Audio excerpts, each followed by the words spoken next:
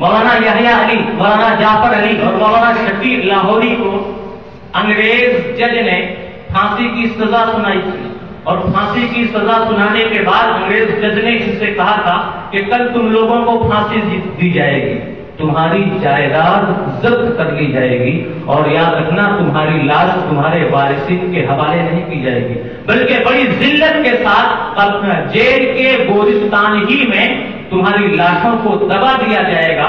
اس وقت ان علماء نے مسکراتے ہوئے بس اتنا کہا تھا کہ ملک کی آزادی کی راہ میں ہمیں سب منظور ہے۔ یہ مجاہدین آزادی 1821 میں تیتو میر ایک مجاہد آزادی تھے، انگریزوں سے لڑتے ہوئے مارے گئے تھے۔ ان کے سینکڑوں حامی انگریزوں کے خلاف سڑکوں پر آ گئے تو سب کو گرفتار کر کے انہیں پھانسی دے دی گئی تھی، سولی پر لٹکا دیا گیا۔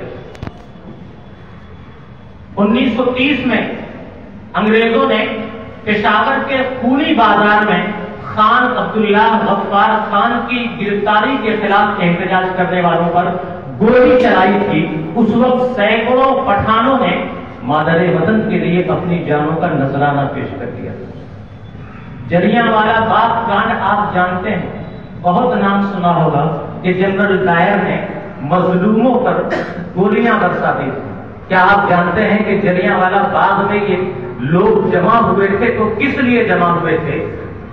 تاریخ بتاتی ہے کہ جنگ عظیم کے بعد انگریزوں نے ایک ظالمانہ ایکٹ پیش کیا تھا جس کے خلاف لوگوں نے احتجاج کیا تھا، اور ہندوستانیوں کے کئی رہنماؤں کو گرفتار کر لیا گیا۔ ان رہنماؤں میں سے ایک رہنما تھے سیف الدین کچلو۔ جلیانوالہ باغ میں سیف الدین کچلو کی گرفتاری کے خلاف احتجاج کرنے کے لیے لوگ جمع ہوئے تھے، اور پھر وہاں لوگوں کا قتل عام کیا گیا تھا۔ اور جلیانوالہ باغ میں جو لوگ قتل ہوئے تھے، تاریخ بتاتی ہے کہ ان میں کافی بڑی تعداد مسلمانوں کی تھی جو وہاں قتل ہوئے۔ نیتا جی سبھاش چندر بوس کا نام بہت سنتے ہیں ہم تاریخ آزادی کے حوالے سے۔ کیا آپ یہ بھی جانتے ہیں کہ نیتا جی سبھاش چندر بوس نے ایک فوج تشکیل دی تھی انگریزوں کے خلاف، آزاد ہند فوج۔ اس آزاد ہند فوج میں بڑے بڑے عہدوں پر مسلمان قائد مقرر تھے، جن میں سے ایک تھے راشد علی۔ راشد علی کو جب انگریزوں نے گرفتار کر لیا تھا، قید میں ڈال دیا تھا، تو ہندو اور مسلمان ان کی رہائی کے لیے متحد ہو گئے تھے۔ راشد علی کی قید ہندو مسلم اتحاد کی علامت بن گئی تھی۔